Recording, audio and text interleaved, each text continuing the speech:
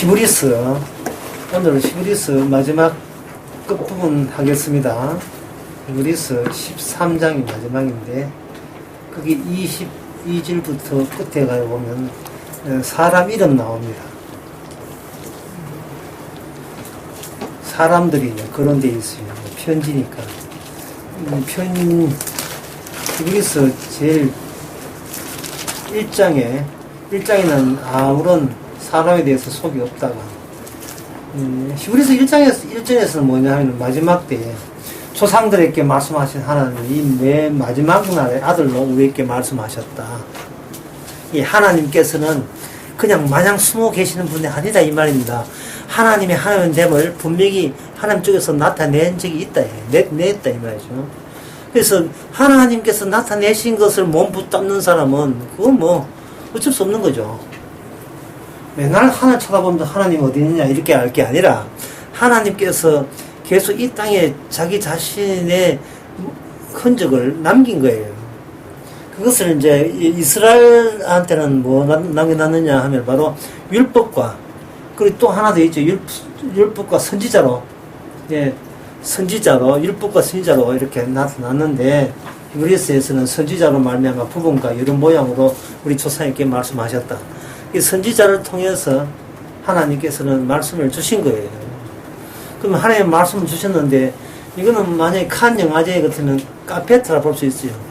카페트에 그냥 애들 놀라고 깔아놓은 게 아니고, 그 위로 누가 밟고 온다는 겁니다. 그 위로 영화 배우들이, 감독이 밟고 들어오잖아요. 누가 밟을까요? 하나님이 스스로 카페트를 깔고 하나님이 스스로 그 위에 밟는 겁니다.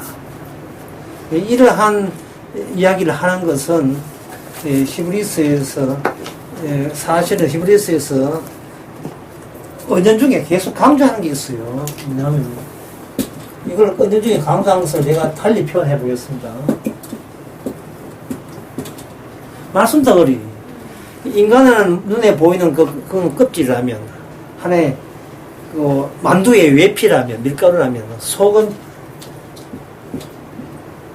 말씀 덩어리죠.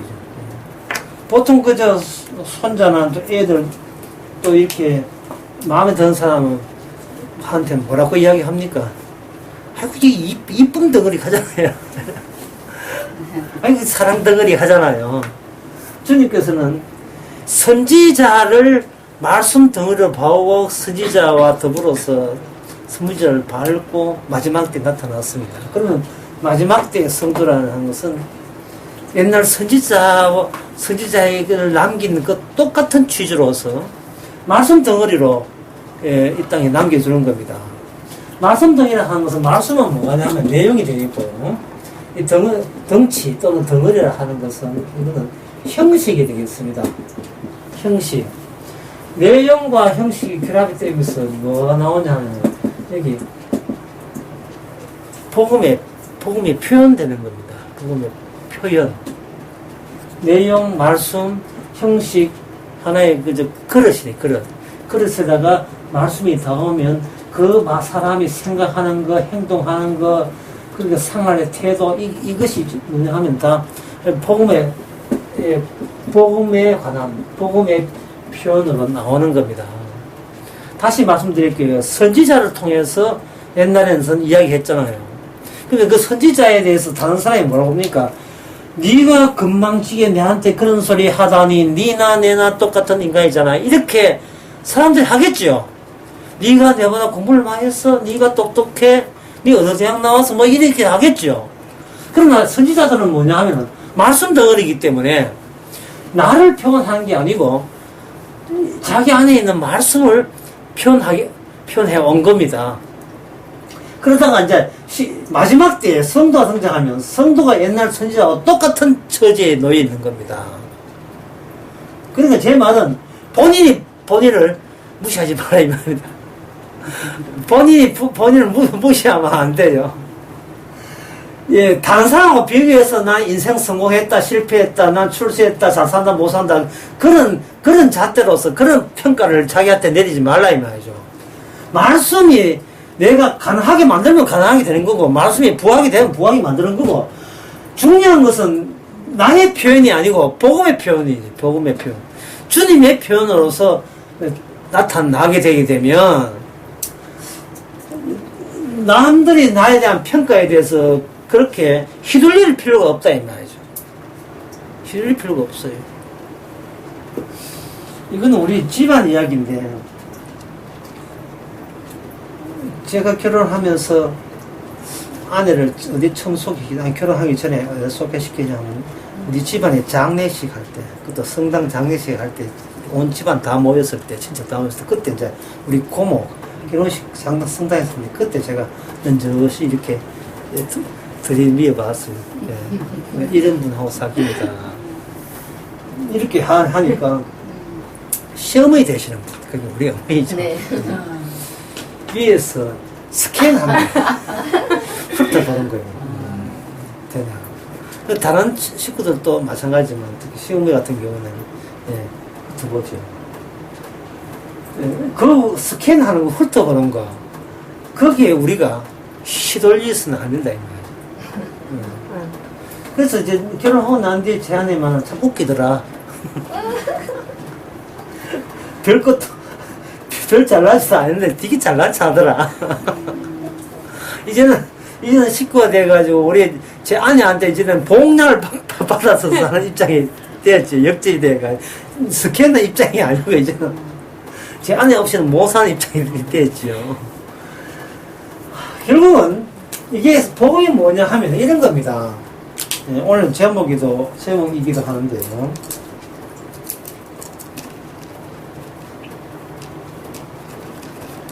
소중한 것이에요. 소중한 것. 예, 소중한 사람은 걱정이 없습니다. 소중한 것. 근데 마음에 소중한 것이 들어있지 않으면 모든 변화가 다 내한테 걱정으로 압박을 줘요. 근심 걱정으로 변화돼서 나한테 오는 겁니다. 어떤 것보다 더 소중한 게 없으면 그게 걱정이 되어서 날라와요. 그래서 이 히브리서를 이제 끝내면서 당부하고 싶은 것은 성경을 보고 히브리서를 보면서 이걸 먼저 항상 이렇게 해야 돼요. 무엇이 신자가 아닌가부터 해야 돼요. 우리는 자꾸 신자 되려는 그 선입감 때문에 그렇게 하면 안 되고 무엇이 신자 아닌가 라고 출발해서 성경 속에 들어가게 되면 거기에 신자가 나오잖아요.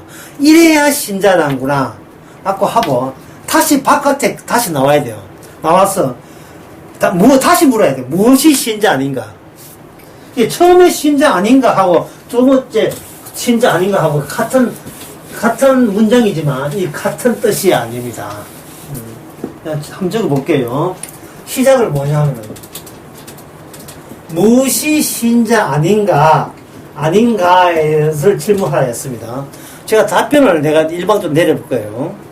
무엇이 신자 아닌가 하면 주일 성수 안 하는 거, 11조 안 하는 거, 성경 안 보는 거, 교회 봉사에 좀 이렇게 태만히 하고, 그리고 성경 말씀대로 바르게 살지 않는 거, 바르게 사는 거, 이런 게 신자 아닐 거라고 해서 교회 다니는 겁니다. 이미 교회 올 때부터 본인이 신자 되겠다고 작심하고 마음 먹는 순간, 신자 아님이 같이 병행해서 같이 여기에서 정립이 돼요. 나처럼 하지 않으면 신자가 아니에요. 나처럼 하지 않으면 신자가 아니에요.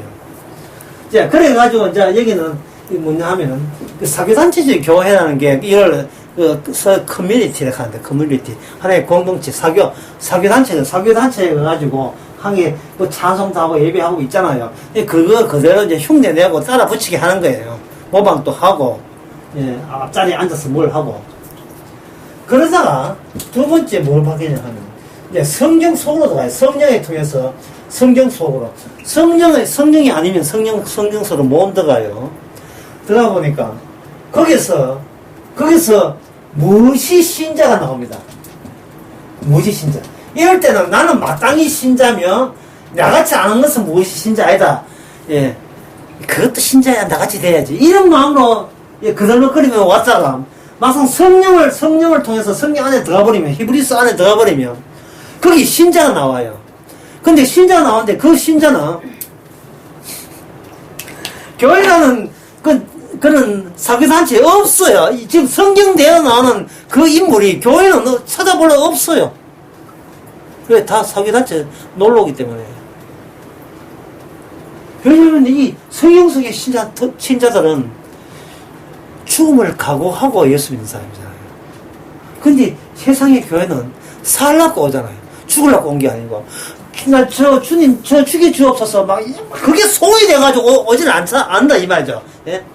주님, 도대체 언제 죽이십니까? 이런 기도 하려고 교회 온 게 아니고, 언제 살려주십니까? 이것 때문에 온다고, 이것 때문에 언제 살려주십니까? 이번에 좀 수술했는데 술 좀 이렇게 푹 잘 빠지고 잘 참 해가지고 그냥 효과의 복이 없어서 아무런 이 커뮤니티에 하나님이 있다고 여기 있다고 간주되는 사교단체에서 흉내 내기로 시작했다가 성령을 통해서 성경 속에 가보니까 성경 속의 인물하고 교회 다니는 사람하고 전혀 관련성이 없어버려요. 그래서 세 번째로 나갑니다. 세 번째 결론은 뭐냐면 신자 없답니다. 신자 없어요. 왜 신자 없냐? 처음에는 뭐냐면 내가 신자 되려고 교회 갔거든. 내가 신자.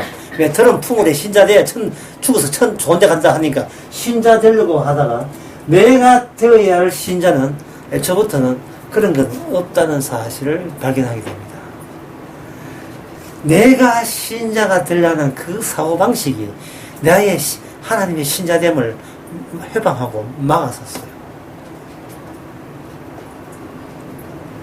예수 믿으면 신자다.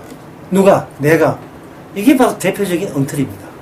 내가 예수 믿는 게 신자가 아니에요.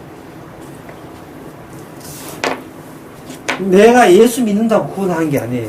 구원은 내가 믿고 안 믿고 상관없이 주님이 결정한다는 것이 사후적으로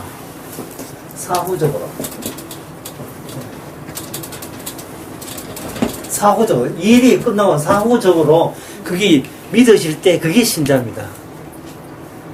그렇게 되면 내가 신자 되고 안 되고가 처음에는 이게 나의 일인데 성령을 받고 난 뒤면 이게 내가 신자 되고 성경 공부하고 이렇게 하는 이게 누구 일이 되냐 하면 주님의 일이 돼요. 그래서 교회 봉사 안 한다가 아니라 내가 해야지 해서 주께서 하게 하셨다로 주체가 바뀌게 되는 겁니다.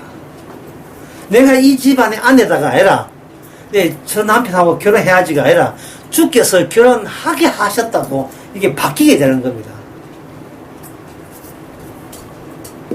그러니까 하나님 믿는다고 해서 신자가 아니고 네 남편을 어떻게 생각해? 자식을 어떻게 생각해가 그 사이에서 나의 신자됨이 풀풀 표현되는 겁니다. 그냥 하나님 관계만 신자가 아니라 평소에 하는 모든 행동과 태도가 다 신자 모양새를 내는데 거기서 뭐가 나온다? 복음이 나와요. 복음이란 예수님이 주체가 되는 걸 복음이라고 해요. 네, 그래서 행하면 안 되는 거예요.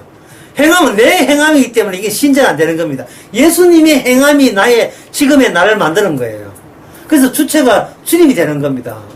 그게 뭐냐 하면은 옛적에 선지자들을 통해서 하나님께서 말씀하셨다는 그 말이 선지자가 만날 그 하나님만 연구했다는 말이 아니고 평소에 자기 일상 삶을 살아갔어요. 생활을 했는데 그 행하는 그 속에서 장차 오실 예수님과 연관되어서 예수님을 그 시대의 모양으로 부분으로 모양으로 그 표현을 한 거예요. 하나님의 구원은 장차 메시아의 몫이다 하는 것을 그 시대에 표현을 한 겁니다.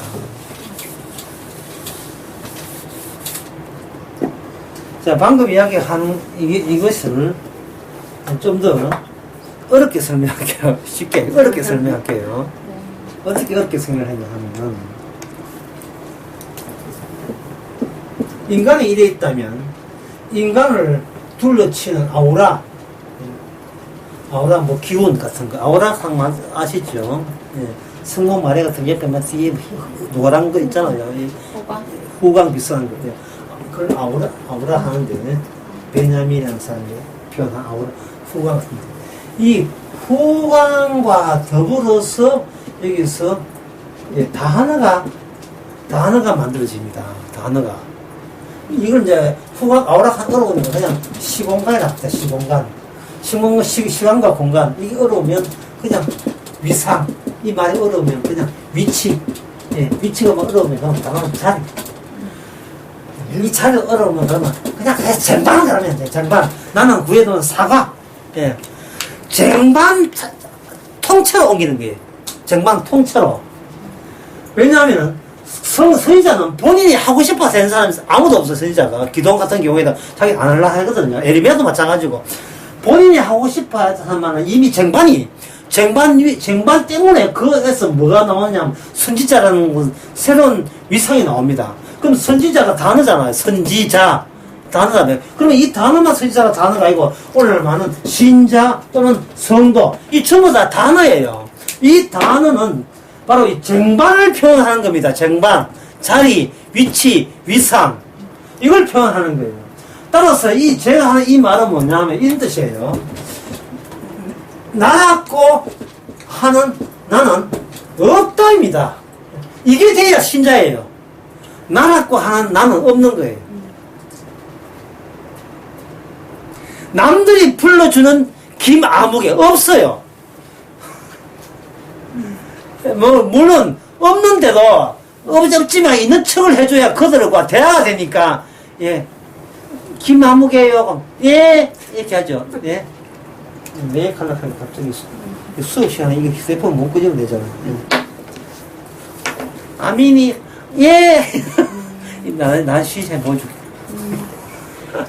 호명했을 때 그 호명한 자의 앞에서 주체가 된다. 알티시에라는 그런 학자가 그런 이야기 했거든요. 이데올로기 세계, 이 가상의식의 세계에서는 나라는 것은 사회가 불러줘야 내가 인간 취급받는다. 아무도 안 불러주면, 네가 자살하든지 굶어죽든지 아무도 안 불러주면 그건 있으면 이미 자기는 있더라도 사회에서 없는 존재는 죽은 존재입니다. 죽은 존재예요. 그래서 사람은 밥 없어도 못 살지만 외로워도 못 살아요. 물론 노래는 외롭거나 슬퍼도 한이처럼 달려가라고 하지만 실제로는 사람이 왜 일을 한 줄 알아요? 외로워서 일을 해요. 외로워서. 배고파도 죽지만 심심하면 권태놓고 심심하면 죽을 적이에요. 뭘 해야 돼. 이걸 대놓치든지 뭘 해야 된다고요. 끊임없이 해야 돼요. 그들과 어울려야 되잖아요. 그러나 그것은 항상 미완료입니다. 내다보고 하는 거예요. 내다보고 하니까 내가 예상한 것이 지금이 아니고 내가 예상한 것이 내 미래에 있으니까 그 사이에 결핍이 생기겠죠. 결핍만큼 뭐가 생기냐? 근심과 걱정이 우리에게 주어지는 겁니다. 아까 제가 뭐라 했던가요? 소중한 것이 없으면 내한테 걱정이 찾아오죠. 저게 될까 안 될까? 저 일이 계획이 될까 안 될까? 걱정되죠. 그러나 소중하다는 말은 내가 소중한 게 아니고 새로운 나를 유발해내는 새로운 나를 만들어내는 이 시공간, 아우라, 위상, 위치, 자리, 쟁반이 소중한 거예요. 이게 바로 평범한 인간을 선지자로 만든 주님의 위력입니다. 이게 주님의 위력입니다. 그러면 하나님께서 내가 되고 싶은 데를 만드느냐? 아니에요. 말씀 덩어리를 만들어요. 근데 내가 되고 싶은 나라는 게 그걸 죽여버려요. 왜요? 내가 있는 한 주님의 일에 방해되기 때문에. 나 이거 해주세요 하는 자체가 주의 일을 방해돼요. 그러니까 이거 금요 철학에도 주님한테 방해하는 중이지. 주님 앞에 지금 데모하고 있는 중이에요. 계약직에서 정기적으로 옮겨달라고 지금 서울광장에서 데모하고 있는 중이에요. 집단적으로. 내가 없는데 왜 나를 위한 기도라는 게 그게 앞뒤가 안 맞잖아. 내가 없는데 무슨 이 집에 돼지 키웁니까? 돼지 안 키우죠. 돼지 안 키우는데 교회 가지고 돼지우리 만들어 주시옵소서. 주여 돼지우리 우리 집에 이게 말이 안 되잖아요.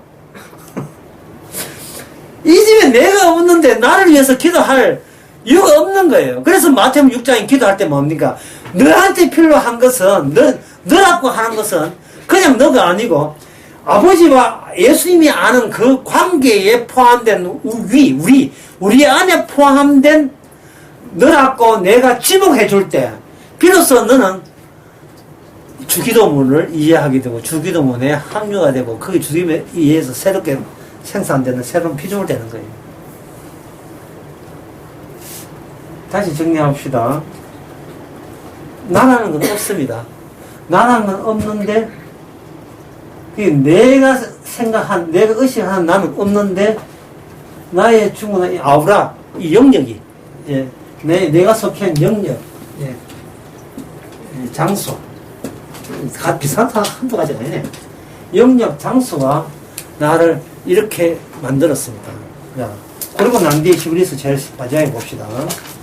히브리서 지금 마지막 설명하는데 이렇게 제가 떡을 드립니다. 12절 보게 되면, 그 22절 뭐 되냐 하면은, 형제들아, 이렇게 되어 있죠. 형제들아. 자, 형제의 의미. 자, 형제라는 단어 나왔습니다. 방금 우리 같이 생각해 보았습니다. 이제 응용 문제 들어갑니다. 자, 여기서 형제란, 내가 새롭게 사귀어야 될 사람이 형제가 아니고, 나를 나되게 만들었던 이 거대한 쟁반, 같은 쟁반에 이미 여기 같이 존재하고 있는 자들이에요.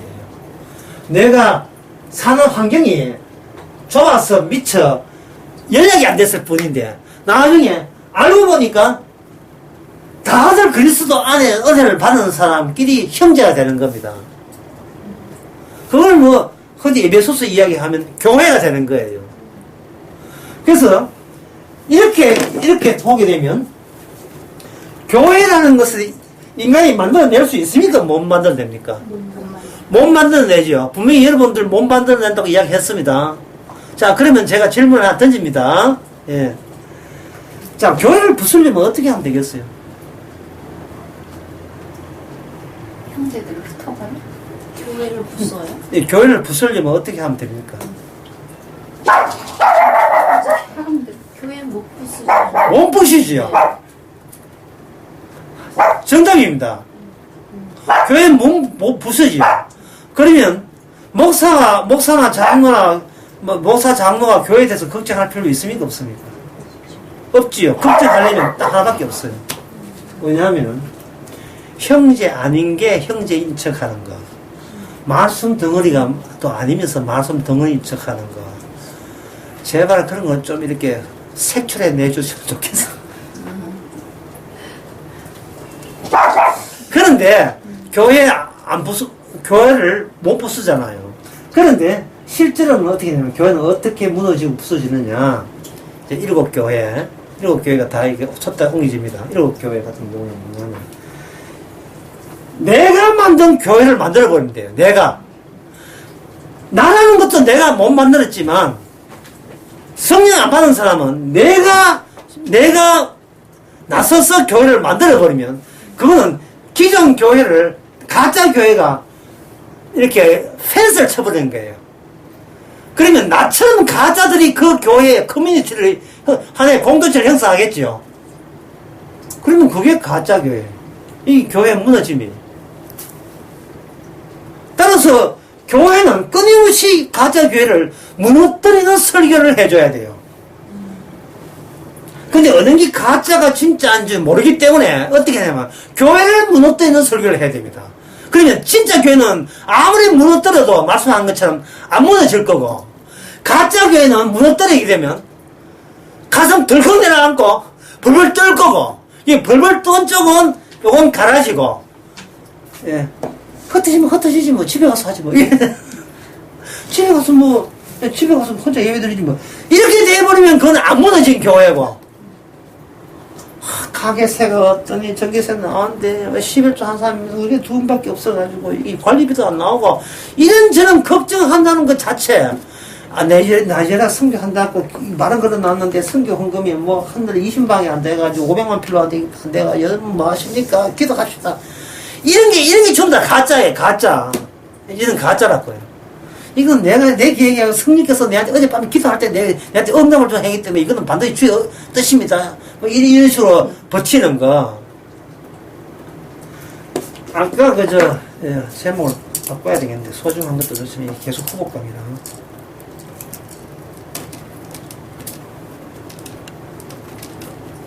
아까 제가 여기 뭐라고, 이쪽에 뭐가 생각하면 사후적이라는 말 썼죠. 지금 여기 썼구나. 예. 사후적. 예, 한자 잘 모르시면 하여튼 아는 거 유일한 거. 사후적. 일이 끝나고 난 뒤에 교회라 하는 것은 이미 마지막 때에 예수님이 이 땅 오셨잖아요. 오셔서 놓으셨지는 않았습니다. 교회를 만들었어요. 어떻게 옛날 선지자에게 말씀으로 덩어리 먹는 것처럼 신약 때 성령을 통해서 만들었습니다. 근데 우리는 인식하기를 어떻게 하나, 그걸 사후적으로 알아요. 사후적으로 내가 순서 정했죠. 첫 번째 뭐라 했습니까? 이거 다 잡았지. 첫 번째, 나는 누가 신자 아닌가. 야, 내가 나같이 돼야 돼. 끄떡끄떡 와가지고 신자들 아예 오다가 성경 속에 들어가니까 거기에 진짜 신자가 있고, 막상 교회 모습 보니까 성경 속하고는 너무나 대비가 되면서, 아, 이게 진짜 사교단체지, 이게는 교회가 아닌가 느꼈을 때에, 진짜 신자라 하는 것은 나는 신자가 아니다. 왜? 출발을 나부터 시작하기 때문에. 주님이 유일한 신자고요. 주님의 몸에 붙어있는 주님께서 유일한 신자고, 아버지께서 알아주는 사랑하는 자식이 아들이기 때문에 그 관계에 엿줄로 해서 신자다 아닌 자를 주님의 능력이 임해서 신자 되게 한 그 그룹. 그 그룹은 뭘만 표현한다 했습니까? 복음만 표현한다고 아까 이야기했죠. 이런 논리적인 것은요, 들을 때는 논리가 되던데, 돌았으면 또 이게, 뭐, 엿가락처럼 가위가 다 논리가 다 잘라져요. 그래서 제가 좀 다시 반복합니다만은. 항상 사후적이다, 사후적. 이게 사후적이니까, 교회도 마찬가지로 사후적이어야 돼요, 교회도. 이게 교회도 사후적이니까, 거기, 같은 형제를 만날 때, 의심을 해볼 수밖에 없어요. 아니, 저 사람이, 자기 딸은 은혜 받았는데, 이건 지 생각이고, 예, 지 생각이고, 말씀이, 복음이 나와야 그거지. 했을 때, 자, 복음이 나오면 그 사람은 형제다. 복음이 안 나오면 형제가 아니다. 이걸 어떻게 구분하느냐, 복음이 무슨 안 나온 사람 특징이에요. 복음이 안 나온 사람은 누가 나오냐 하면, 나 또는 나의 행함이 나옵니다. 이거는 뭐 뜻이냐 하면, 나는 이렇게 행동한다고 말을 하는 게 아니고, 나의 행동이 이런 결과를 낳았다고 보는 거예요. 원인과 결과에다가 자기를 집어넣는 겁니다. 다시 말해서 내가 이런 행동을 안 했으면 이런 결과가 안 나왔다고 우길 때 100% 신자 아닙니다. 요거 찾는 재미로 한번 보시기 바랍니다. 우선 교회까지 가지 마시고 가까운 이웃 사람들, 새로운 옆집 이사 온 사람한테 이야기한다고, 옆집에 아줌마하고 이야기한다고요. 아줌마, 왜 이리 이뻐요? 내가 왜 이렇게 키웠다고, 이런 거 나오잖아요. 내가 이렇게 신경 써가지고 있는데, 근데 그 아줌마 교회 다녀요. 제가 얼마나 애를 내서 기도를 열심히 했다고. 내 기도 열심히 해서 나온 결과 나왔다. 이게 신자 아닌 겁니다. 이건 자기 표현이에요. 복음 표현은 아닙니다. 이유가 뭐냐 하면은, 복음은 안에 뭐가 들어있냐면 십자가가 들어있어요. 십자가라는 것은 모든 인간에게 배척당한 요소가 십자가입니다. 배척당하지 아니하면 십자가는 사건이 나타날 수가 없어요. 배척을 받은 거예요. 예수님을 누가 배척했다? 인간들이 배척했죠. 그러면 신자는 누가 나를 배척해야 돼요? 내가 나를 배척해야 돼요. 내가 나를 배척해야 돼요. 나 요번에 내가 생각하다 내가 너무 착해, 너무 대기네. 아하. 이게, 내가 갑자기, 내가 지금의 나대의 결과를 내 행동에다가 두는, 요게 내가 이게 예수님을 배척할 수 있는 요소가, 남까지 볼 거 없이, 자기 속에서 그게 계속 배설물로 나오는 거예요. 배설물로. 그걸 사도 바울은 뭐냐면 그걸 배설물로 하는 겁니다. 배설물. 율법의 행함이라고 해서 율법의 행함. 율법의 행함이 계속 자기에게 나오는 배설물입니다. 이 배설물이 빠져나온다는 이 표현을 저는 이렇게 하고 싶은데요. 요즘은 그런 집이 없습니다만 옛날에는 가정마다 탕 약재 끓이는 이런 약탕기. 도자기 이런 게 있죠. 이렇게 이런 게 있죠. 이렇게 예, 약탕기가 뭐 있죠. 그거 이거 하게 되면 어린 나는 막 코를 막아요. 냄새가 지독해. 근데 할머니하고 이제 우리 어머니들은 이거 이제 해가지고 숯불에 피워가지고 한다고. 그 다음에 뭐냐면 삼배 조각을 가져와요. 그래 요만한 짝대기를 닦아줘요. 삼배 조각을 해가지고 찌게 되니까 삼배 고에 그 직물 틈 사이에 뭐가 나오냐 하면 약재가 끼룩끼룩 약물 떠지거든요. 지금 어릴 때 그게 생생히 기억나는데 이걸 저는 오늘날 우리 자신에게 적용시키고 봤으면 좋겠어요. 세상 살아가면 살수록 죽으면 좋겠지만 아직 안 죽으니까 살아가면서 주께서 우리를 짜요. 짜게 되면 뭐가 나오냐? 배설물이 나오는데 그 배설물은 뭐냐면은 내 잘났다가 나오고 나의 의가 나오고 나의 행동으로 지금은 내가 이런 내가 났다는 게 쫙 짜 나오는 겁니다. 내가 날 알아야 남도 나하고 똑같은 짓을 하고 있다는 것이 이게 눈에 확 띄어요. 눈에 확 들어온다고요. 아, 내가 하는 행세 저쪽도 하고 있구나. 그런데 내가 하는 나도 그걸 몸 육신 있는 한 거의 없을 수가 없어요. 계속 나와요. 예. 자식 키우는 거 지장은 나이 들면 자식장 빨리 나오니까 나오는데 자기는 그 성령에 의해서 이게 죄라는 걸 알아요. 그런데 신장 아닌 사람은 그게 하나님의 의라고 착각하면서 튀어나올 때 도저히 형제라고 볼 수가 없습니다. 형제가 아닌 거니까 사귀지 말라는 뜻이 아니고 그냥 뭐 빼먹을 거 빼내고 이용할 거 이용하면 돼. 같이 시간 보내기 노릇 삼으면 되지. 더 이상 깊은 의미를 주지 말고 그쪽에 자기 몸을 기대지 마세요. 그래서 회사한테 실망하고 그쪽도 나를 이용할 거니까. 근데 형제일 경우를 만약에 근데 형제를 만났다. 바라기는 형제 이기를 원합니다. 이 모임이. 그래서 예. 형제를 만났다. 형제를 만나게 되게 되면 그 다음부터는 뭐냐 하면은 그 앞에서는 나를 안 내셔도 되는 free 예. 어떤 편함을 느낍니다. 이걸 뭐라고 하냐면 그냥 그냥 시켰어. 편한 관계지. 다른 말로 하면 이걸 가지고 무슨 관계냐. 허물 없는 관계. 허물 없는 관계. 허물 없는 관계가 되려면 전제가 있어요. 욕하려면 욕해라. 욕하려면 이런 행동하는데 욕하려면 욕해라. 그럼 형제 같으면 뭐 욕할 거 뭐 나도 그런데 이래죠.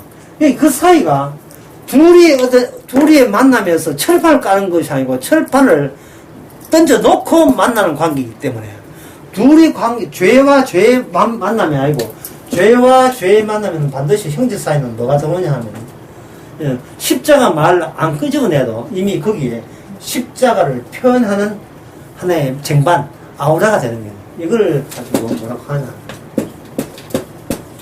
확인 또는 확인 절차가 돼요. 확인 절차. 3일 전에 그렇게 만났다. 안 돼요. 3일 전이니까 안 돼요. 오늘 또 확인돼야 돼요. 한 달 뒤에 만난다. 또 확인돼요. 주께서는 널 만날 때마다 그렇게 확인하는 것은 네 신자마자 이거 확인하는 게 아니고 주님이 함께 있음을 남을 통해서 파악하는 거예요. 주님이 함께 있음을. 난 내 혼자 미친 줄 알았어. 나는 내 혼자 착각해. 얘가 이거 엉터리 같은 복음이라는 이 핑계로 빌미를 해가 내가 남들 다 그래 하는데 내 혼자 착각하는 게 아닌가 라고 생각하는데 형제 딱 만난 순간 내가 또 미친 거 또 있네. 정말 미친 거야 아니면 성경 속의 그 신자야. 그 다음에 성경 중에 신자를 본다고 보게 되면 자, 히브리서 마지막 디모데 나오거든요. 이제 디모데 나옵니다. 자, 디모데가 1차 전도 때 특히 남쪽에 거기서 처음 사도 바울을 만났고 사도 바울이 그걸 만났죠. 그러면서 2차 전도부터는 늘 함께 다니고 마지막 죽을 때까지 다녔거든요. 심지어 사도 바울이 죽을 때 여기 23절 보면 우리 형제 디모데가 노있다는 감옥에서 노있다는 뜻이에요. 루스드락하는 그 동네에서 아마 처음 만난 것 같아. 아버지는 일본 사람이고 엄마는 한국 사람이고 그런 뜻이. 아버지는 헬라인이고 엄마는 한국 사람 유대인이고 그리고 외조모도 한국 사람. 그러니까 유대인이란 말이죠. 어릴 때부터 이미 구약 성경을, 그때는 구약이야지, 성경 유일한 하나밖에 없으니까 성경을 알았는 거예요. 왜 디모데 전서에 나옵니다. 이 이야기가. 꾸준하게 사도하고 다녔는데, 그 다닌 이야기가 사도행전에 굉장히 많이 나오고, 특히 사도서시에도 보면 굉장히 많이 나와요. 이 디모데가 나오는 걸 봐서 히브리서는 저자는 저는 사도 바울을 봅니다. 사도 바울 아니면 디모데에서 이렇게 언급할 필요가 없지요. 그리고 다 사람들이 디모데가 누군지 안다는 전제하에 너희들이 그렇게 기다려서 디모데가 너 잡혔다 소문 들었지 이제 풀려났어 이런 쪽으로 이야기해서 편지에 기쁜 소식을 전하거든요. 사도 바울이 하면 누가 그렇게 하겠어요. 근데 서체가 당연히 그런 일을 해가지고 사도 바울이가 다른 사람이 썼다는 그런 게 그런 설이 우세해요. 그 다음에 24절에 보면 인도하는 자와 성도에게 문안하라. 이탈리아에서 온 자들. 여기 같이 이탈리아에 있으면서 이탈리아에서 다른 지역에서 온 사람들이 문안한다. 은혜가 너희 모든 사람에게 있을지어다. 이렇게 이제 끝나거든요. 이 디모데가 왜 사도 바울을 따라다닙니까? 어디 취직했어요. 빚으로 어디 취직해가지고 한 달에 품삯받고 일합니까? 전혀 그런 거 아니거든요. 사도 바울의 편지 보면 디모데를 자신의 형제 또는 자기의 제자 더 나아가서 자기의 믿음으로 난 아들이라고 표현합니다. 자, 이제 아까 배우는 거 해봅시다. 단어가 하나 나왔을 때는 반드시 예수 그리스도가 주신 시공간, 그 위치, 쟁반, 그것과 관련 지어야 돼요. 내가 생각한 거 관련 지으면 안 됩니다. 자칫하면 형제라는 이유 때문에 상대방을 우습게 볼 수가 있어요. 나 죄인이요 십자가 되는 이제 형제 만났다. 그다음부터는 만만하게 보고, 성령의 아우라가 있는데, 그 성령 아우라를 해치고 자기 원대로 함부로 다루려고 하는 그런 의식이 있습니다. 그러면 그쪽이 신자가 아니에요. 그쪽이 신자 아닌 거예요. 왜냐하면 그 사람이 죄 있는 건 맞아요. 못난 건 다 맞아요. 나도 맞는데, 못난 것을 성도되게 하신 주님의 손길이 주위에 완전히 펜스를 치고 있다 이 말이죠. 성령이잖아요. 그럼 펜스를 어디 건방지게 우리가 그걸 그 철종을 훼손하고 함부로 다가설 수 있습니까? 안 되죠.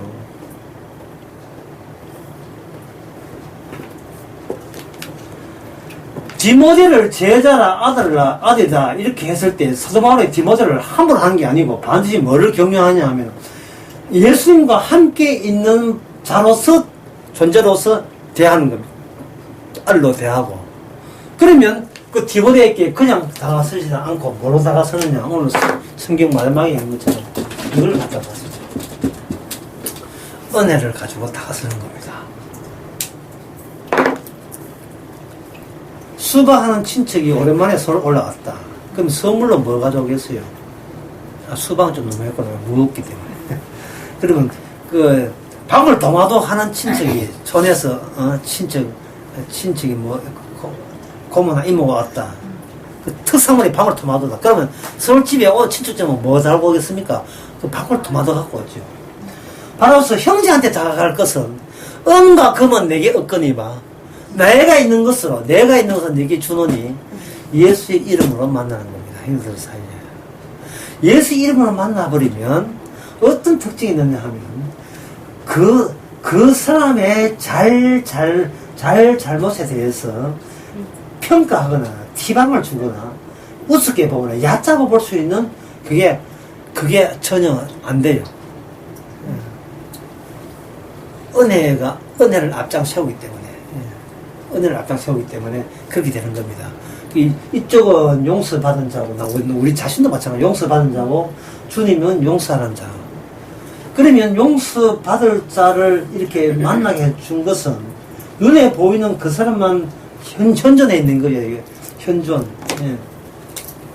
현재 실존하는 현재 존재하는 것이 아니고 주님이 우리 둘을 만나게 해줬다. 만나도록 주선했다. 이렇게 보시면 되는 겁니다. 여러분, 그 사도행전 10장에 보면, 나오는, 여러분, 내가 안 찾아봐도 아는 게 있죠. 베드로와 고넬료 이야기입니다.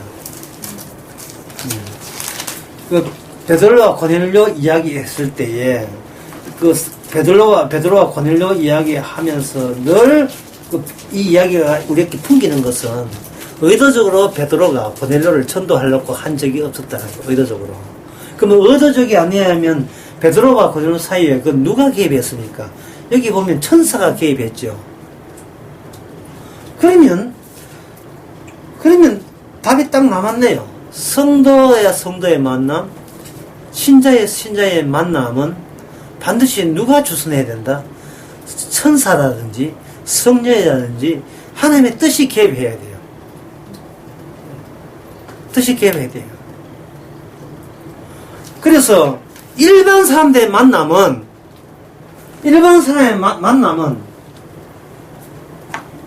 그것은 왜 우리 둘이 만나야 되는지 이유도 모르면서 서로 만나야 되는 반면에 성도의 만남은 항상 사후적이에요. 생각해보니까 주께서 만나게 하셨구나. 단 성도의 경험입니다. 성도와 성도인 척하는 거 말고 말 잘 들어야 돼요. 신자하고 신자인 척 말고 신자와 신자의 만남은 사후적이라니까요. 만나보면 알아요. 주께서 만나게 하셨구나. 주께서 하게 하셨구나. 자, 한 예를 들어 봅시다. 어떤 사람이 보고 싶어서 전화를 한다든지 그 집을 찾아갔다 합시다. 그 집을 찾아가는데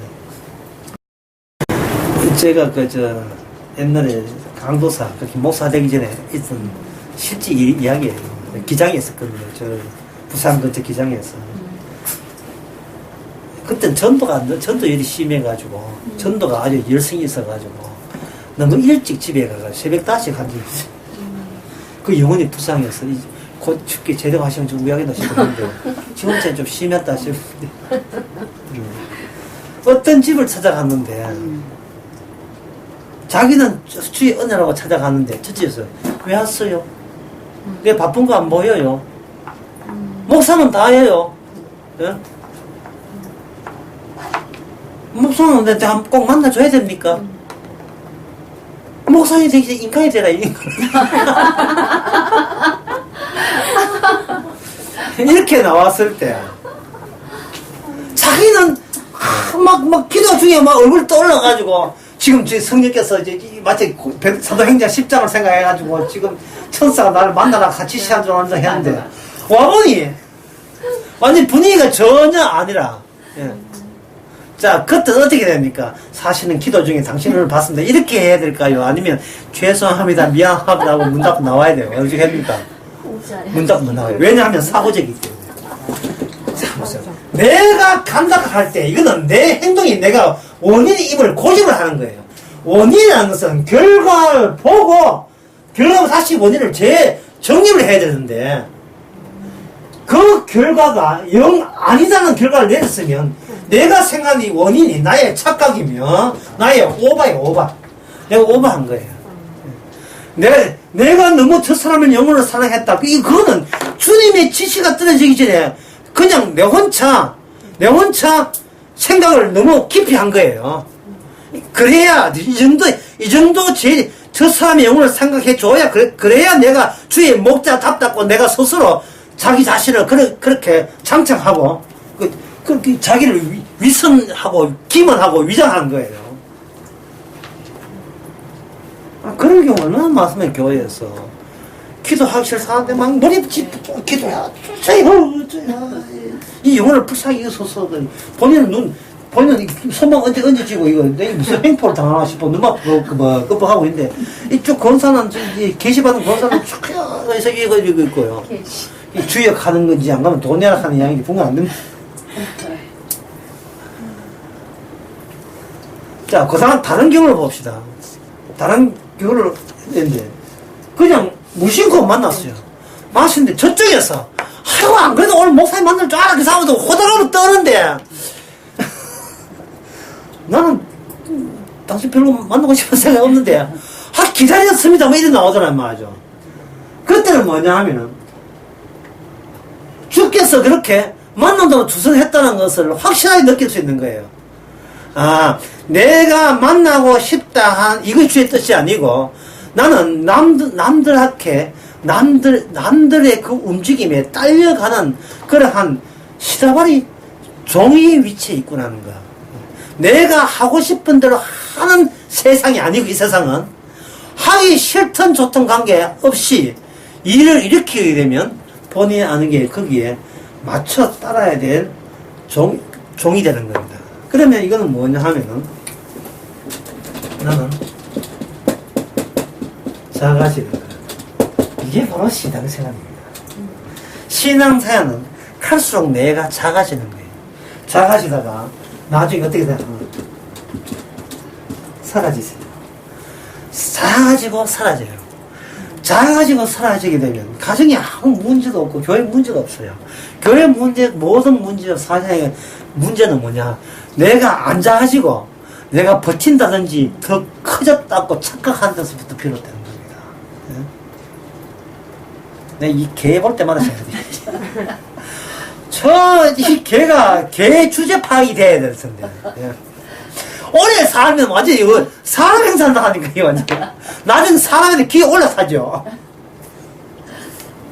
이쁘다 하에 뭐 이거는 뭐지 귀 붙을게. 더 작아져야 돼요.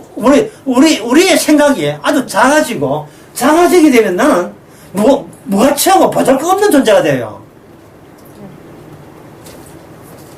푸석해져. 더 확실한 표현인 것은 나는 엷어져야 돼요. 얄벌하게 엷어져야 돼요. 예. 바람 불면, 예. 에어컨 하면 가격이 걸려야 되고, 링크 맞아야 되고, 아주 약해야 되고, 엷어져야 돼요. 그래야 내가 있으나 마나 한 존재가 되는 겁니다. 내가 있으나 마나 한 존재가 될 때, 내 뒤에 그리스도가 크게 표현돼요. 내가 만약에 단단해지고 두꺼워져 버리면 그리스도를 증거한다 해놓고 전부 다 시장 자랑, 지식 자랑이 되어버립니다. 참, 그래서 여성이 남성보다 위대한 점이 바로 그 점이에요. 남자는 개코도 없는 게 직장 가서 사이다가 실컷 터져놓고 그 분풀을 집에 와서 술 먹고 그것도 그냥 옵니까? 술 먹고 와가지고 침패부리고 개코도 없는 게 이 큰 소리 친다고요. 예. 예?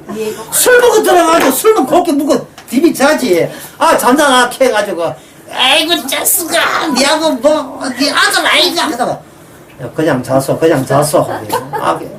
아빠 또 술 먹었어. 또 무시 비비가 또 깨가. 아이고 니 아들 영장 어디서 있는 거지. 다 뺏겨놓고 뭐 용돈에서 해가지고 다 500원 자. 아빠 냄새 제가 냄새 아빠 한 잔 먹었어 그래. 아이고 네, 그저 그냥 죽이고 싶어. 술 먹는 남편들은 그러겠어요? 허세와 허풍을 하기 위해서 술 먹어요. 예. 허세 내 말고 다른 나를 자꾸 상상하는 거예요. 기 안 죽고 나도 존재감이 있는 나 그건 술의 힘을 빌어서 하는 거예요. 그래서 요새는 술 남자뿐만 아니라 여자, 아가씨도 마찬가지고, 예. 자기의 존재감을 유지하려고 하는 거예요. 자기를 작아지면 되는데, 자꾸 키우는 거예요. 자꾸 키우는 거예요. 세상이 자기 세상인 줄 알고, 왜 자기 세상이 아닌가? 두 번째 시간을 하겠습니다. 10분 쉽시다.